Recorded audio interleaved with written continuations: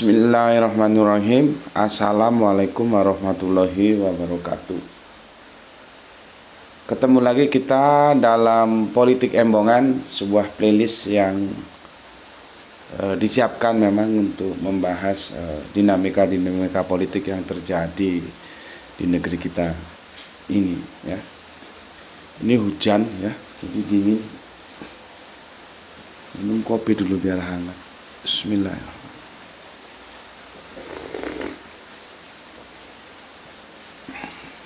Oke, tajuk yang aku suguhkan adalah kadernya hengkang. Akankah menggerus PDIP? Ya, kadernya hengkang, akankah menggerus PDIP? Yang nanti karena ini pilpres, tentunya bukan hanya sekedar PDIP ya, ke derivasinya juga, keturunannya juga ya. Jadi ada sumber utama, ada turunan. Itu namanya kalau di matematika derivasi ya. Derivasinya apa? Ya ke capres dan cawapresnya. Ya. Oke. Kita tahu ya, setidaknya ada dua kader-kader PDIP yang telah hengkang dari PDIP ya. Diawali oleh Budiman Sujatmiko. Tapi Budiman ini sebetulnya apakah bisa dibilang kader atau tidak itu masih debatable juga. Karena dulu dia punya partai kan, partainya dulu itu PRD ya, Partai Rakyat Demokrasi. Dan gue pernah digiring sama polisi itu tahun berapa dulu ya, pas malam-malam itu kan, dulu kan zamannya Pak Harto nggak salah itu ya, orang-orang PRD kan menjadi target operation. Dan itu saat-saatnya aku belum lama dari menyelesaikan S1-nya ya, baru wisuda nggak salah, dan pernah aku digiring malam-malam tuh, dikirain PRD. Terus gue enak aja bilang, hidungnya PRD aja gue nggak tahu PRD. Gitu ya. Nah, si Budiman ini kan pentolannya PRD ya. Baru kita lihat kemudian perkembangan pertumbuhan PRD ternyata nggak menggembirakan, nggak bisa dibilang gagal lah ya, tidak tumbuh dan berkembang sebenarnya. Dan akhirnya nyaris tak terdengar, dan sekarang benar-benar tak terdengar. Karena ada kedekatan warna politiknya, maka dia bergabung ke PDIP ya. Gue juga nggak tahu tahun berapa itu gabungnya ya. Dan akhirnya dia sempat duduk di parlemen kan dia ya, si Budiman Sujatmiko itu ya. Jadi kalau kita lihat di situ, bisakah dia disebut kader murni? Ya itu silakan saja, debatable ya. Artinya kalau seandainya PRD itu tumbuh dan berkembang dan bagus ya, pasarnya bagus katakanlah gitu, kalau produk industri, tentunya dia nggak gabung dong. Ngapain juga gabung sama PDIP? Orang di PRD dia pentolannya kok. Kan ada pepatah, lebih baik jadi kepala ikan teri daripada ekor ikan paus. Besar ikan paus tapi ekor untuk apa? Mending jadi kepala, walaupun kecil ikan teri tapi kepala ya. Oke, cuman ternyata garis sejarah mengatakan PRD ya nyaris tak terdengar, dan sekarang sama sekali tak terdengar ya. Akhirnya dia berlabuh di PDIP. Nah, sekarang terserah kalian apakah itu bisa disebut kader PDIP atau enggak. Lain dengan yang baru keluar ini, namanya agak sulit ya, Marwara ya, Marwara Sirait. Dan kita tahu ini halak hita ya, kalau kami orang-orang Siantar bilangnya halak hita. Halak itu anak, hita itu kita, anak kita ya. Artinya dari saudara kita Batak gitu ya, marganya Sirait. Jauh sebelum dia masuk ke PDIP, bapaknya juga memang PDIP itu kan, Sabam Sirait kalau nggak salah ya. Kalau ini bisa dibilang kader murni ini, karena belum pernah mendirikan atau masuk partai manapun, dan begitu masuk partai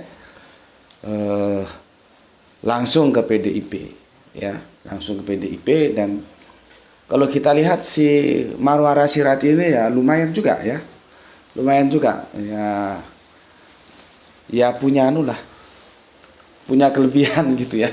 Kalau kita lihat dia itu punya kelebihan gitu. Bismillahirrahmanirrahim. Dan akhirnya ya si kader, kita sebut kader tulen ini ya, akhirnya hengkang juga ngikuti jejak si Budiman. Tapi kalau si Budiman itu kan sempat anu ya, sempat jadi berita dan sempat kontroversi ya, dan akhirnya dia dipecat kalau nggak salah si Budiman Sujatmiko kan. Budiman Sujatmiko dia nggak nganu dulu sih, nggak minta izin dulu keluar, nggak begitu. Dia langsung merapat ke Prabowo ya, sedangkan partainya sendiri punya jago kok si Ganjar, dan akhirnya mekanisme partai dijalankan dan dia dipecat dari PDIP ya. Dan sekarang dia tetap ya menempel ke Prabowo ya. Nggak tahu Prabowo Budiman Sujatmiko itu singkatannya apa, kalau nggak salah pernah deklarasi juga mereka berdua. Oke, kalau si Marwara Sirait ini permainannya manis ya. Dia datang ke kantor, dia minta izin ya dengan baik ya, dan mengucapkan terima kasih. Jadi etikanya ada ya. Mungkin dia merasa memang dia dibesarkan di PDIP, bukan dia saja, bapaknya juga kan besarnya di PDIP, sebuah perahu politik yang membesarkan dia. Jadi dia ya nggak berani lah atau malu kalau harus lonong boy gitu ya, main cowboy gitu. Jadi setidaknya dia harus, kalau orang Sumatera bilang, datang tampak muka, pergi tampak punggung gitu ya. Jadi nggak main selonong boy. Dia datang ke kantor pusat, ketemu dengan pentolan-pentolan PDIP, saling jabat tangan, saling senyum, saling pamitan, dan semoga PDIP menemukan lagi kader yang baik atau lebih baik dari dia. Jadi manis, perpisahannya manis ya. Saat itu aku mencari kabar, ada apa si Rait ini dia hengkang dari PDIP ya. Ada apa ini ya, gue nggak dapet. Baru tadi menjelang duhur gue dapet berita, oh ini loh yang menyebabkan dia hengkang gitu ya. Oke, apa sebabnya nanti kita diskusikan ya. Bismillahirrahmanirrahim.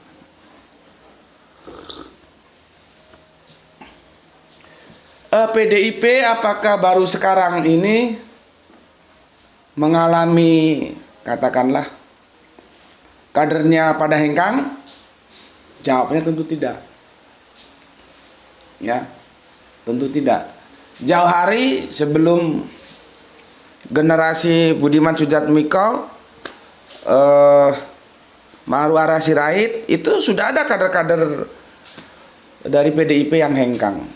Ya, meskipun ada yang benar-benar hengkang, ada yang diam-diam sudah tidak lagi aktif di PDIP ya. Cuman itu kan masalah teknis saja, tapi secara pandangan politik sudah keluar, sudah hengkang ya. Ya. Kita sebut saja almarhum dari seorang bintang film yang cukup ganteng ya, suaminya dari Widiawati, yaitu Sophan Sophian ya, anaknya Pak Sopian. Sophan Sophian itu bintang film keren tahun 70-an, gue masih ingat gitu. Widiawati itu kan teman main filmnya ya. Jadi Widyawatinya cantik, Sophan Sophiannya ganteng, ya klop lah, cocok lah ya. Dan teman kan di dunia artis biasa begitu, teman main akhirnya jadi istri gitu ya. Kalau orang Jawa bilang apa itu, Trisno jalaran seko kulino ya, karena sering ketemu lama-lama jatuh cinta dan menikah, dan itu biasa saja ya. Kita tahu akhirnya kan hengkang dari PDIP ya. Oke, setelah itu siapa saja ya, Eros Jarot ya. Nanti kalau gue salah tolong dibenerin karena sudah lama peristiwa ini ya. Eros Jarot akhirnya kan hengkang juga ya. Kemudian yang gue kagak jelas ini, apakah dia sudah tidak nyaman ataukah dia ada apa. Yang jelas sudah nggak aktif lagi di PDIP itu Laksamana Soekardi. Itu bengkir, itu orangnya tinggi besar. Gue masih ingat ya. Jadi dulu zamannya masih Pak Harto, belum PDIP, masih PDI ya. Gue lupa sudah PDIP belum ya. Ingat gue belum. Semua kampus nggak ada yang berani menerima PDIP. Satu-satunya kampus yang berani menerima di sini, di tempat gue ini, di Malang ini, tapi nggak di dalam kampus, di luar ya, tapi ya mepet kampus sudah, itu Universitas Muhammadiyah Malang. Kampusnya masih di Sumbersari Gang 5, gue masih ingat, bukan yang sekarang. Sekarang yang di Trogomas itu kampus putih, itu yang gede, itu belum ada dulu. Itu masih, orang Jawa bilang oro-oro. Oro-oro itu ya sawah ya enggak, ya masih semak belukar gitulah. Akhirnya disulap sekarang menjadi indah ya. Itu belum ada. Jadi dulu kampusnya itu masih di Jalan Bandung Malang sama di Sumbersari Gang 5. Nah, ketika semua kampus itu nggak berani, Universitas Muhammadiyah Malang berani nerima. Meskipun nggak di dalam kampus panggung kampanyenya. Gue masih ingat itu. Cuman yang gue lupa apakah itu sudah PDIP atau masih PDI. Gue lupa ya. Megawati masih kurus, masih diem gitu, nggak pede gitu. Gue masih ingat ya, kemana-mana didampingi Laksamana Soekardi. Laksamana Soekardi orangnya tinggi gede gitu. Itu orang-orang lama yang dulu membackup Megawati. Nggak seperti sekarang Megawati. Dulu itu seperti kulup, godong nek dikulup gue lemah gemulai gitu loh. Kalau sekarang kan sudah beda ya. Gue masih ingat Laksamana Soekardi itu bangkit. Jadi ketika diwawancara wartawan gue masih nggak salah, gue sudah mampir wisuda saat itu kalau nggak salah ya. Lupa juga karena sudah lama, berapa tahun itu ya. Laksamana Soekardi, dan itu nggak kedengeran kemana ya. Terus ada lagi profesor yang dari Semarang, Pak Sapa, itu gue juga agak lupa ya. Kalau sisiran rambutnya ke belakang gini, handsome ini ya. Terus ada lagi jagoan kita ya. Kalau masalah ekonomi jangan tanya deh. Dia salah satu jagoan kita. Jadi kita punya jagoan ekonomi itu almarhum yang baru meninggal kemarin. Semoga Allah merahmati tidur panjangnya. Siapa ya kemarin tuh? Siapa ya tuh?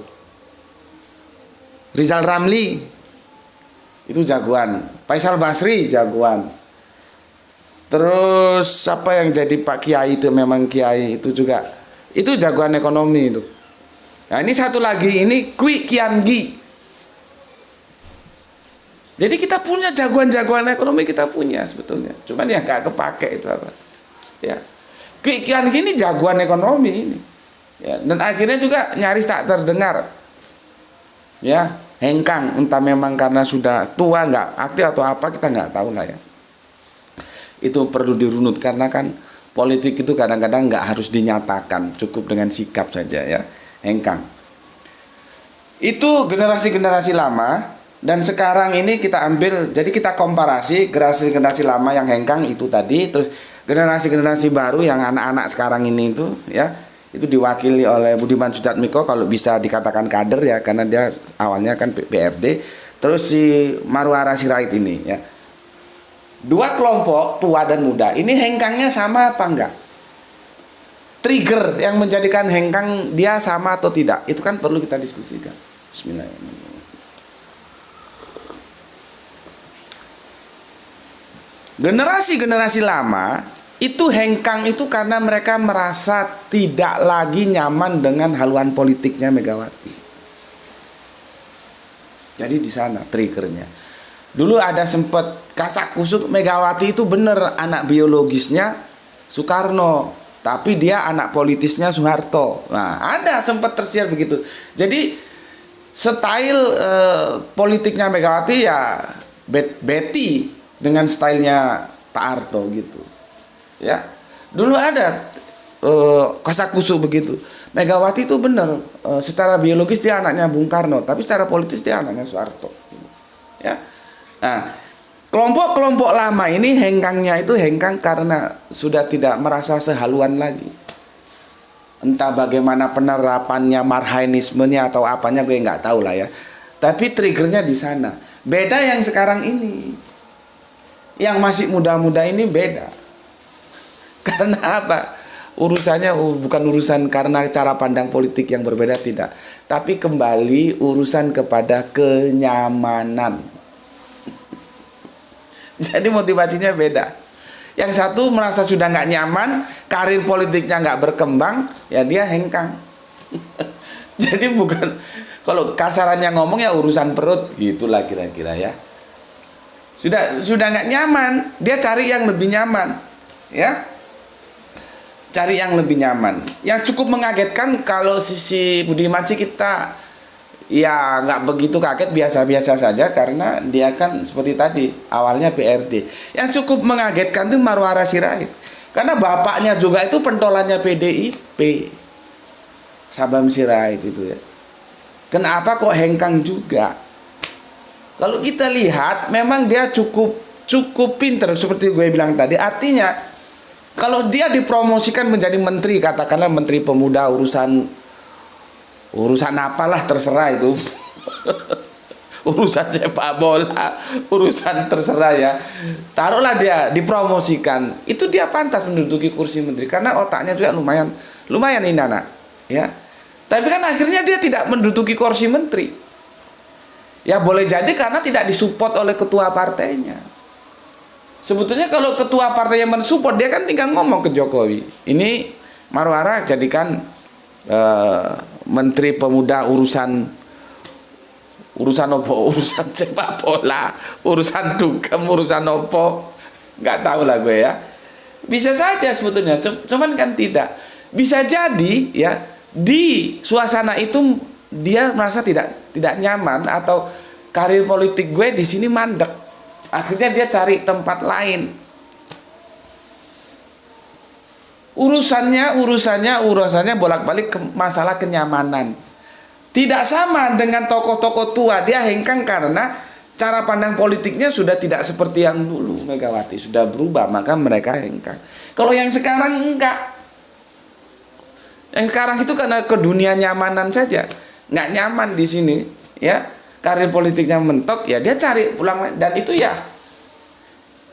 gimana? Ya sah-sah saja sih, cuman kan gimana ya, apa bisa disebut mengkhianati partai atau enggak? Karena dia besar di PDIP loh, bapaknya juga di PDIP gitu. Tapi ya terserah kalian menilainya. Jadi begini ya, ketika di satu tempat dia merasa tidak nyaman, sementara ada momennya pas di tempat lain ada yang menjanjikan dia dan itu nyaman, terus dia pindah ke tempat lain. Ya kita sebut saja, akhirnya dia merapat ke Jokowi. Itu yang gue cari. Kenapa anak ini pindah? Ternyata jawabannya karena dia sekarang mau merapat ke 02. Berarti kan kenyamanan, karena hitung-hitungan dia kekuasaan nanti masih dipegang oleh gerbongnya Jokowi. Dia merapat kepada penguasa. Makanya hitung-hitungannya apa? Kenyamanan. Makanya kalian kalau membela para politisi itu sekedarnya saja, nggak usah sampai memutuskan persahabatan, persaudaraan. Orang-orang politik itu nggak bisa dipegang, yang ada kepentingan. Selama kepentingannya ketemu ya jadi, nggak ketemu ya bubar gitu loh. Jadi nggak usah sampai sama temannya bermusuhan sama siapa karena beda pilihan, beda belani. Mau belani itu belani yang memang benar-benar benar itu dibelani nggak apa-apa. Orang politisi sekarang kok kamu belani, tewas kamu tukaran sama saudaramu, sama sahabatmu, sama teman kantormu, teman ngajimu, teman satu jemaah dilanggar. Untungnya itu loh apa? Ya kalau mereka bisa dapat jatah menteri, kamu belani nggak oleh apa-apa, goblok gue. Biasa-biasa saja ya. Karena politisi itu ya begitu. Ya. Nah, Marwara Sirait melihat peluang ini bagus. Kalau dia tidak ambil sekarang, nanti setelah pemilu selesai, nilai jual dia kurang. Sekarang nilai jual dia masih tinggi. Dia keluar dari PDIP, diterima Prabowo, tentunya lewat Jokowi. Dia masih punya nilai jual karena sekarang semua para capres itu sedang membutuhkan dukungan untuk meraup suara semaksimal mungkin. Meskipun belum tentu ya, apakah dengan kepindahannya Marwara Sirait ke 02 itu akan membawa gerbong. Belum tentu juga kan, artinya ya maybe yes, maybe no. Cuman ada harapan di sana, dia akan menggerus ya PDIP, karena sekarang konteksnya capres ya, kita langsung masuk ke cawapres dan capresnya saja ya. Bisa jadi menggerus yang awalnya kader-kader PDIP akan memilih Ganjar karena si Marwara Sirait ini hengkang ke 02 dan kita anggap saja dia mampulah membawa gerbong, meskipun ini perlu diuji tentunya ya. Ya. Jadi memindahkan suara dari yang awalnya memilih Ganjar dan akhirnya memilih Prabowo karena Sirait Marwara ini ada di sana. Itulah yang membuat dia punya nilai jual, bargaining powernya cukup tinggi, bos. Ya, jelas dong ya. Gue di PDIP kenapa nggak dipromosikan jadi menteri padahal gue punya kemampuan. Nah, ya jadi gitu kan. Nah, terus di sini ada yang mengiming-imingkan dan di sini kansnya untuk menang banyak. Kenapa gue nggak gabung di sini? Kalau mau gabung sekarang, kalau nanti sudah pemilihan umum nilai jual gue rendah. Sekarang mumpung tinggi-tingginya. Akhirnya hengkang dari PDIP masuk, kalau partainya belum tahu ya. Tapi seenggaknya dia sudah ada di barisan 02 bersama Jokowi. Sekarang kita tinggal lihat apakah itu akan menggerus ya pemilih-pemilih PDIP, yaitu pemilih-pemilih Ganjar. Akhirnya gerbongnya dibawa pindah ke 02 Marwara Sirait. Ya ini belum terjawab, masih hipotesa. Lihat saja nanti kemampuannya, apakah dia bisa menambah suara perolehan atau tidak ya. Dan juga kita perlu tahu sebetulnya bagaimana hubungan antara Ganjar dan si Marwara Sirait ini, hubungan personal maksudnya. Kalau kita lihat Marwara ini orangnya kan cool, kalem gitu loh ya, santun banget. Batak seharusnya nggak begitu, Batak itu blak-blakan seharusnya. Ini mungkin Batak besarnya di tanah Jawa mungkin ya. Kita ambil contoh Trimedia Panjaitan, itu dia dulu nggak setuju loh sama Ganjar. Di sebuah diskusi dia ngomong, orang Ganjar ngurus wadas saja nggak kelar kok, bagaimana itu rakyat akhirnya terbengkalai seperti itu kok. Dia sempat debat dengan Ganjaris itu, dan semua Ganjaris dibikin bungkam sama Trimedia Panjaitan karena dia by data ngomongnya. Cuman kan apapun adanya dia tetaplah petugas partai ya. Bos partainya bilang Ganjar ya diem, Ganjar tetap yang jadi cawapres. Nggak tahu sekarang Trimedia Panjaitan nggak terdengar suaranya. Ya, nah kok ujuk-ujuk tiba-tiba kita dengar justru Marwara Sirait. Ini sama-sama halak hita ini yang hengkang gitu ya.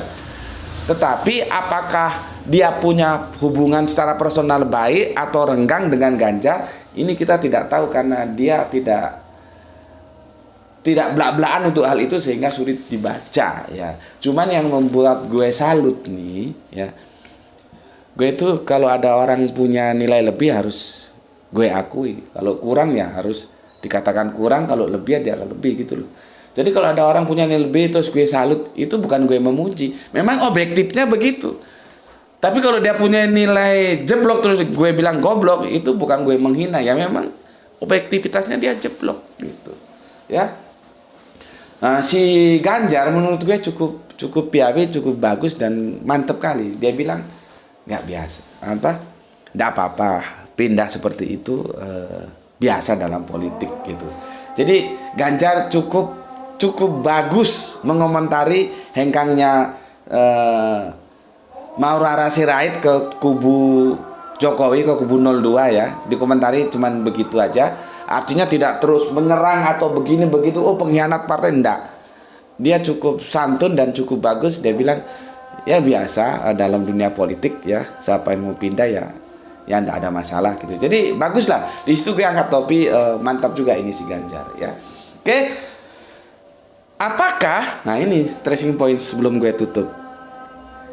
Maura Sirait ya, apakah Budiman Sujatmiko dapat menggerus ya suara yang seharusnya diarahkan kepada Ganjar lalu berpindah ke Prabowo? Ya, apakah ya dengan kadernya yang hengkang itu akan menggerus PDIP? Nah, ini ya karena belum terjadi, kita berbicara hipotesa saja.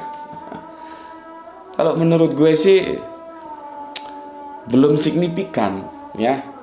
Mungkin iya tapi tidak signifikan gitu ya. Tapi ya kita lihat nantilah, itu kan ramalan gue bisa juga salah gitu ya. Oke, tapi yang jelas menarik untuk kalian pahami, generasi tua yang hengkang, generasi muda yang hengkang, triggernya beda. Kalau yang tua itu triggernya merasa haluan politiknya Megawati sudah tidak seperti dulu lagi, mereka hengkang. Kalau yang muda-muda ini ya zona kenyamanan saja, mencari zona kenyamanan saja. Ya, kalau ada di tempat lain yang lebih nyaman, menjanjikan masa depan, karir politiknya mungkin ditawari menteri atau apa ini itulah, ya. Ya kenapa tidak hengkang saja? Kalaupun di sini kan tetap aja stagnan gitu. Ya itu tadi yang dibilang Ganjar. Ya biasa dalam politik seperti itu, dan Ganjar sepertinya bisa legowo menerima, tidak merasa sakit hati dengan Maura Sirait, dan dia tidak terus menyerang, mengatakan pengkhianat partai atau gini, tidak ya. Itu suatu yang bagus. Oke, sampai di sini dulu ya. Ini sudah masuk Isya, aku harus segera sholat Isya berjamaah ke Langgar ya. Terima kasih atas kebersamaannya. Sampai jumpa lagi dalam politik embongan berikutnya. Matur nuwun. Assalamualaikum warahmatullahi wabarakatuh.